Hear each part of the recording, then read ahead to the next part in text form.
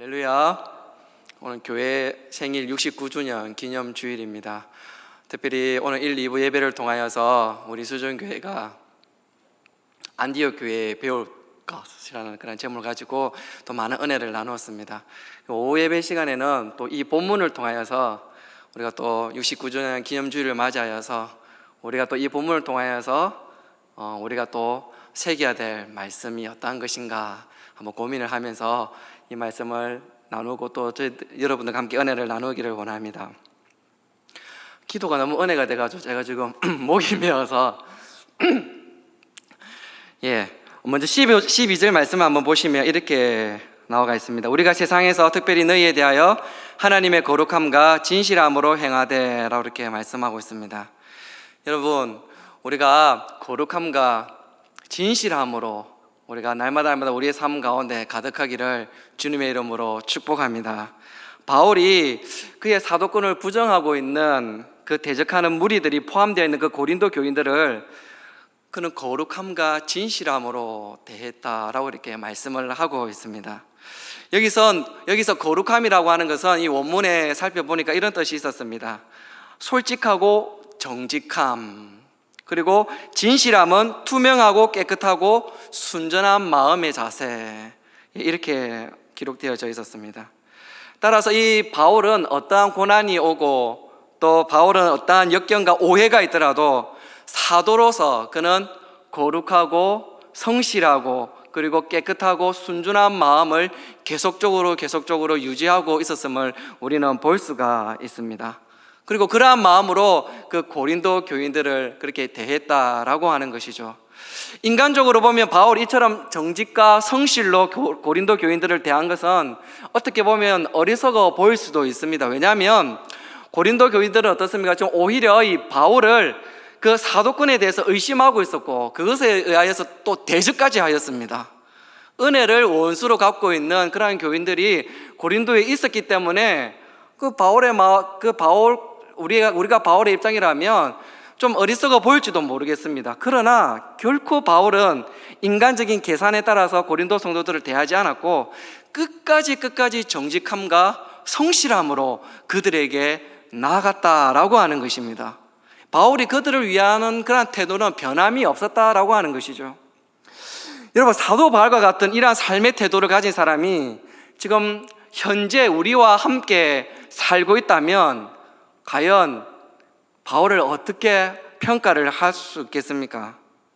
정직과 성실함으로 행하는 사람들에 대해서 지금의 세상은 여러분 어떻게 여기고 있습니까? 정직한 것은 손해보는 것이라고 생각하고 또 성실한 것은 우둔한 것이라 그렇게 생각하는 경우가 있지 않습니까? 순수한 마음으로 세상을 사는 사람이 어떻게 보면 오히려 피해를 많이 입고 살아가고 있더라고 하는 것입니다. 이 너무나도 가슴 아픈 일이죠. 그러나 이보다 더 가슴 저리도록 아픈 현실은 세상의 이런 흐름에 이 그리스도인들조차도 그곳에 따라가고 있다라고 하는 것입니다. 하나님을 알기에 어느 때나 순수한 마음과 정직한 마음과 성실한 태도로 살아가야 될 그리스도인들이 오히려 편법의 달인이 되어지고 약삭빠른 그러한 행동에 1등이 되어져가는 모습을 때로는 우리가 볼 때가 있는 것이죠. 거룩함과 진실함을 잃어버린 성도가 우리 중에도 혹시 있는 건 아니겠습니까?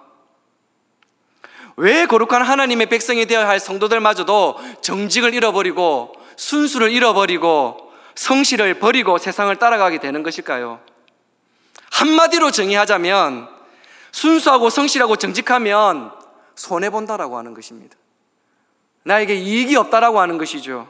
현실이 이것을 증명이라도 하던 뇌물로 부당한 이익을 차지하는 사람들이 얼마나 많이 있는지도 모릅니다. 또 정직하고 순수하게 행동한 자가 피해를 보는 경우가 허다하지 않습니까?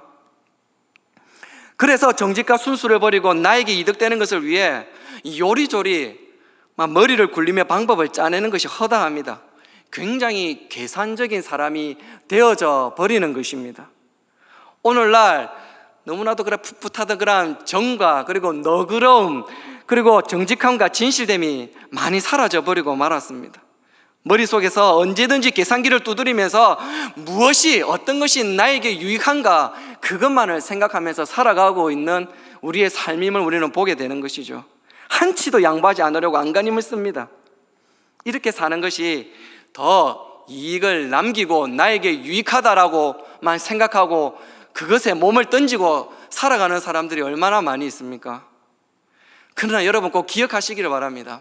성경에 우리에게 원하시는 답이 있습니다. 성경은 무엇이라고 말씀하고 있습니까? 하나님의 성품을 따라 정직하고 순수한 태도로 살아가는 사람들은 반드시 하나님께서 우리에게 부어주시는 그러한 축복이 있고 상급이 있다라고 분명히 말씀합니다. 신명기 6장 18절에서는 이렇게 말씀합니다. 여호와께서 보시기에 정직하고 선량한 일을 행하라. 그리하면 내가 복을 받고 그 땅에 들어가서 여호와께서 모든 대적을 내 앞에서 쫓아내시겠다고 내 조상들에게 맹세하신 아름다운 땅을 차지하리니 여호와의 말씀과 같으니라. 분명히 하나님께서 이렇게 말씀하셨습니다. 또 여러분 한 번쯤은 들어보셨을 말씀입니다. 잠언 14장 11절에서는 악한 자의 집은 망하겠고 정직한 자의 장막은 흥하게 되리라 라고 이렇게 말씀합니다. 아주 오래전에 있었던 실제적인 일이라고 합니다. 미국 펜실베니아 농장에서 실제적으로 일어났던 일인데 실제로 일어났는지 안 일어났는지 저는 잘 모르겠습니다만 설교를 준비하는 가운데 이러한 예화를 발견하고 여러분들한테 한번 소개를 한번 해주고 싶었습니다.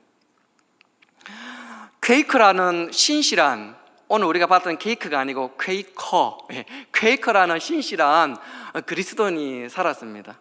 그 그리스도인은 따가닥따가닥 말을 파는 그러한 사람이었습니다.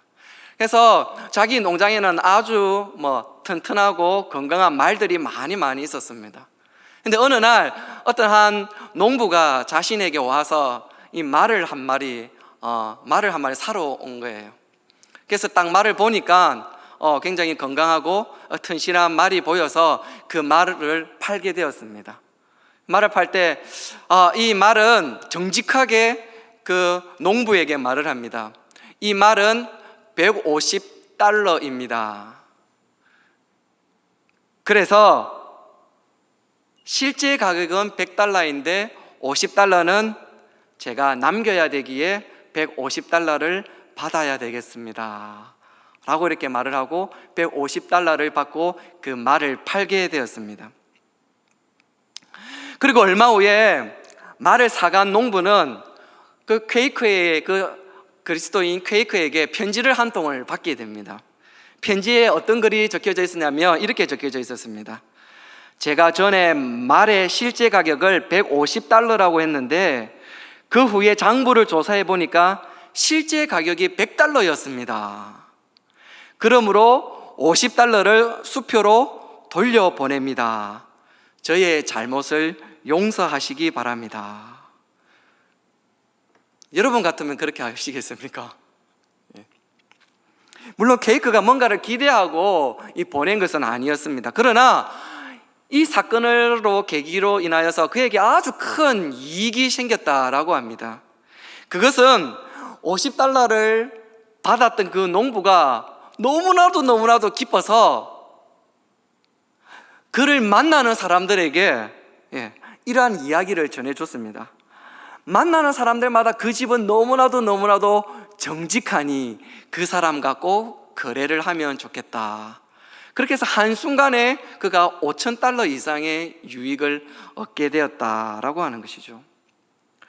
그렇게 정직하게 살아가고 하나님 앞에서 부끄러움 없이 살아가는 그러한 자들에게 하나님께서 주시는 축복이 아닌가 이렇게 생각을 해보게 됩니다. 사랑하는 여러분, 정직함과 성실함으로 행하는 자는 반드시 하나님께서 갚아주실 줄 믿습니다. 아멘. 하나님께서는 정직한 자를 기뻐하시고 그 마음의 거룩함과 진실함과 순수한 마음으로 서로를 대하고 하나님을 예배하는 자를 또 찾고 계신다라고 하는 것입니다. 69주년 기념주일을 맞이하여서 특별히 하나님 우리 수준교회에서 나를 보내시고 나를 이 자리에서 예배하게 하신 이유가 있지 않겠습니까? 하나님 내가 온전히 하나님을 예배하고 또 사람들을 대할 때 늘 진실함과 거룩함으로 대할 수 있는 그런 흔들리지 아니하고 변함없는 그러한 마음을 나에게 허락하여 주십시오. 그러한 마음을 품고 우리가 신앙생활을 한다면 얼마나 더욱더 우리에게 있어서 감사와 유익이 일어나겠습니까? 비록 세상에서는 빼앗긴 것 같고 잃는 것 같지만 그것은 모두 잠깐의 일이다라고 하는 것이죠. 우리가 계산적이고 그리고 나만의 만족과 유익을 위하여서 추구하는 그러한 사고방식을 버리고 우리가 오히려 세상을 거스르며 살아갈 때 하나님은 반드시 우리의 수고를 분명히 아시고 분명히 우리에게 놀라운 은혜와 축복으로 함께 하여 주신다라고 하는 것입니다. 이 믿음을 가지고 정직하고 성실한 자세로 세상을 살아가실 수 있는 저와 여러분들이 되실 수 있기를 주님의 이름으로 축복합니다. 그렇다면 여러분, 그 거룩함과 진실함은 무엇을 통해 나오는 것일까요? 오늘 12절 하반부의 말씀에 보면 이렇게 기록되어져 있는 부분이 있습니다. 우리 양심이 증언하는 바니 라고 이렇게 말씀합니다.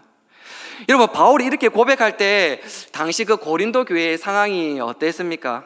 고린도 전서와 소위 눈물의 편지로 불리는 이 서신을 읽고 많은 성도가 회개하면서 자신의 신앙을 또한 바로 잡았었습니다. 그러나 그럼에도 불구하고 이 고린도 교회 내에는 그 바울의 그 사도권을 부정하고 있는 사람들이 있었습니다. 이 바울이 고린도 교회에 또 가려던 계획을 거듭 변경함으로 인하여서 그를 가리켜서 속과 끝이 다른 사람이야 라고 그렇게 비난하는 사람도 있었다라고 하는 것이죠. 또 연보로 인하여서 바울을 사리사욕을 채우려는 사람이라고 비난하는 사람들도 그 고린도 교회 가운데 있었다라고 하는 것입니다. 이럴 때 바울이 고린도 교회 성도들에게 자신의 진실됨을 그 양심의 증거를 통해 확정하고 있었다라고 하는 것입니다. 즉 성도로서 가진 양심이 자신의 진실됨을 밝히고 있는 것입니다. 여러분, 양심이 무엇입니까? 그 녹색 사전에 한번 찾아보니까 사물의 가치를 변별하고 자기의 행위에 대하여 옳고 그름과 선과 악의 판단을 내리는 도덕적 의식이 바로 양심이다라고 이렇게 기록되어져 있었습니다. 여러분, 성경에서 말하고 있는 양심은 로마서 9장 1절 말씀을 여러분 한번 찾아서 살펴보시면 그리스도 안에서 참말을 하고 있는 나를 확정하는 증거, 그리스도 안에서 참말을 하고 있는 나를 확정하는 증거가 바로 성경에서 말하고 있는 거듭난 사람에 있어서 이 양심이다라고 이렇게 말씀을 하고 있습니다. 여러분, 성도의 양심이 갖고 있는 기능이 무엇입니까? 내가 하나님을 찾아가며 내 안에서 무엇이 진실인지를 말해주는 것이 바로 양심이다라고 하는 것이죠. 신앙 양심이 진리와 거짓을 구별하고 진리를 위해 행동하도록 하는 것이 바로 우리 그리스도인의 양심이다라고 하는 것입니다. 때문에 우리가 신앙 양심을 따라 말하고 행하는 것은 이 성도로서의 그러한 진실됨을 한마디로 이루는 것입니다. 물론 여러분, 우리가 신앙적 양심을 따라 행동할 때 때로는 우리가 오해를 받을 수가 있습니다. 무엇으로 유별난 사람이 다 있어. 거짓 진리에 사로잡힌 사람들이 공격할 때도 있습니다. 그렇지만 여러분, 우리 안에 이 하나님을 향한 그 뜨거운 선한 양심은 변질되어지지 않기를 바랍니다. 딱 한 잔만 해라. 딱 술 한 잔만 해. 그 정도는 괜찮지 않아? 사업에 있어서 술은 기본이 아니냐? 야, 술 좀 마신다고 지옥 가냐? 담배 피운다고 지옥 가? 너희 집 형편도 안 좋은데 이번 중간고사 또 다가오는 기말고사 때 컨닝페이퍼 만들어. 다들 그렇게 하고 있잖아. 성적 장학금이라도 받아야지 너 계속 학교 다닐 수 있지 않겠니? 여러분, 이럴 때 정말 우리가 들어야 되는 소리가 무슨 소리입니까? 참과 거짓, 선과 악을 구별 못하는 자들의 그런 유혹의 소리입니까? 아니면 내 속에서 들려오는 그 신앙의 양심의 소리입니까? 이러면 안 되는데, 여러분, 그게 정답입니다.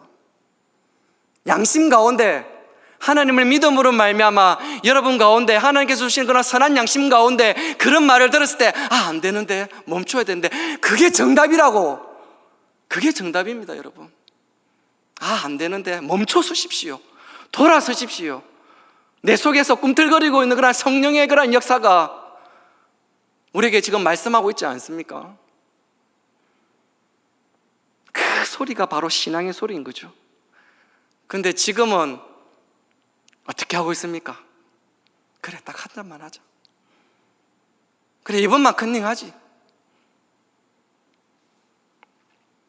많은 사람들이 이 소리뿐만 아니라 더 큰 소리로 우리를 유혹할 때가 있을 겁니다. 그들의 소리로 말할 때가 있을 것입니다.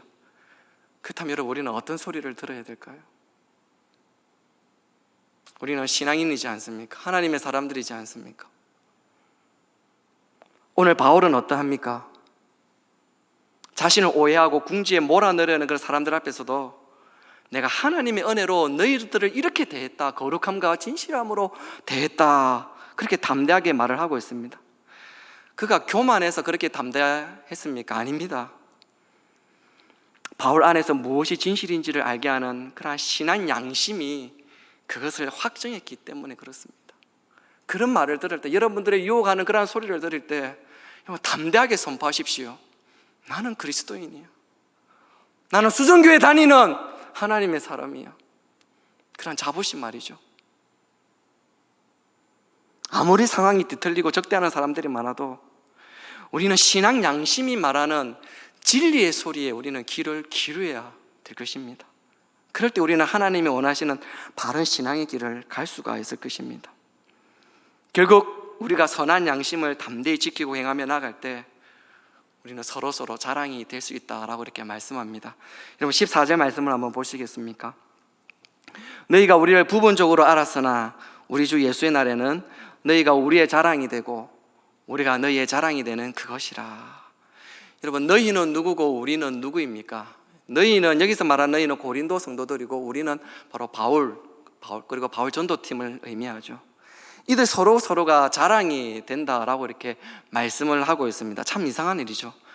아직도 오해가 있고 아직도 탐탁지 못한 그러한 눈으로 바라보고 있는 사람들이 그 속에 있음에도 불구하고 말입니다, 비난과 시기가 아직까지도 그들 관계 가운데 남아 있습니다. 그런데 서로 자랑이 된다라고 하니까 여러분 이해하실 수가 있겠습니까? 여기서 우리는 이 시대를 향한 하나님의 그 마음을 좀 발견할 수 있기를 바랍니다. 신자건 불신자건, 그리고 상당수의 사람들이 자신에게 적대적인 사람을 사랑하는 것은 굉장히 어려운 일입니다. 쉬운 일이 아닙니다. 원수를 사랑하라, 여러분 가능합니까? 쉬운 일은 아니죠. 원수를 사랑하라는 말씀을 우리가 알지만 막상 원수처럼 생각하는 사람이 내 앞으로 다가올 때 여러분 어떻습니까? 마음이 편하던가요? 고개를 돌리기 마련입니다. 또 내가 미워하는 사람임에도 불구하고 누군가가 그 사람을 칭찬해 줄 때 우리는 어떻습니까? 그 말에 쉽게 동의가 되던가요? 맞아, 그 사람은 칭찬은 받아도 되는 사람이야, 그렇게 동의가 되던가요? 근데 여기서 예수의 날, 즉 예수님께서 오셔서 모든 믿는 자들을 구원하시고 난 후를 한번 상상해 보시기를 바랍니다. 내가 그토록 싫어했던 사람이 나와 함께 천국에 있다면 여러분 어떠하겠습니까? 고개를 돌리겠습니까? 인정하고 신뢰하고 칭찬하기보다 그때도 앙심을 품으시겠습니까? 물론 천국에는 그런 일들이 일어나지는 않겠죠. 천국에서는 그렇죠, 미움이 없기 때문에 그런 일들이 일어날 수가 없습니다. 바울은 예수의 날에는 고린도 교회 성도들과 자기들이 주님 앞에서 함께 서로를 자랑하는 자들이 될 것임을 분명히 말씀을 하고 있죠. 예수의 날에는 이 바울의 전도팀은 고린도 교인들에게 주의 생명을 전해준 그런 사람으로 인하여서 고린도 교인들에게 자랑이 될 것입니다. 또한 고린도 교인들은 바울의 전도팀에게 주신 그 주님의 열매이기에 자랑이 될 것이죠. 그곳에는 미움도 없고 비방도 없고 질투가 없는 것이죠. 근데 여러분, 이것은 미래에 이루어질 일이기 때문에 지금은 성도 간에 오해도 되고 미워해도 되고 원수를 삼아도 된다라고 하는 말입니까? 절대 그런 말이 아닙니다. 성도 간에 자랑이 되어야 하는 것은 미래에 일어날 일로만 거쳐서는 절대로 안 된다라고 하는 것이죠. 물론 이것은 미래에 완성되겠지만 현재 우리들 사이에서도 이루어져야 된다라고 하는 것입니다. 여러분, 왜 그렇습니까? 우리가 누구입니까? 우리는 하늘의 시민권을 가진 자들이기 때문에 그렇습니다. 비록 지금은 땅에서 살지만 분명 우리의 신분은 하나님의 법을 따르는 바로 천국 시민이기 때문에 그렇습니다. 이런 우리가 어찌 세상에 속한 자들처럼 우리가 행할 수가 있겠습니까? 그럴 수가 없는 것이죠. 적어도 천국 시민이 함께 있는 교회에서만큼이라도 우리는 주님의 법을 우리는 따라가야 된다라고 하는 것입니다. 불신과 비난이 사라지고 서로가 서로를 자랑하며 또한 서로에게 자랑이 되도록 해야 하는 것이죠. 본문에서 바울이 고린도 교인들에게 미래적인 의미만 말하고 있는 것이 아닙니다. 그의 말은 분명히 미래적인 것과 관련된 것이 분명하지만 오히려 여러분, 이 말은 역설적으로 지금 바로 현재를 강조하고 있다라고 하는 말씀입니다. 즉 미래 서로 자랑이 되기 위해서 지금도 우리가 서로 사랑해야 되고 서로 자랑이 되어야 된다라고 하는 그 말이 바로 이 본문의 말씀이죠. 여러분, 진정 천국은 성도 서로 간에 자랑이 되어야 되는 것 아니겠습니까? 그러나 이 세상에서 서로 비난하고 미워한다면 과연 그때 어떠하겠습니까? 떳떳할 수 있겠습니까? 그러면 지금 우리 모두 서로를 한번 자랑으로 여겨보시면 어떻겠습니까? 서로에게 자랑이 될 수 있도록 행동해 보시면 어떻겠습니까? 서로 신뢰하고 서로 사랑하면 어떻겠습니까? 오늘 이 말씀을 접하면서 우리 한번 옆에 있는 분들, 그리고 지금 오늘 영상으로 통하여서 지금 예배를 드리고 계시는 분들, 우리 가족들에게 당신은 나의 자랑입니다 한번 이렇게 우리 한번 축복했으면 좋겠습니다. 그렇게 우리 한번 축복해 볼까요? 시작. 당신은 나의 자랑입니다. 예. 그렇습니다. 당신은 나의 자랑입니다. 그 한마디에 우리의 모든 허물과 모든 원수의 그러한 벽들은 다 무너지게 되어질 줄 믿습니다.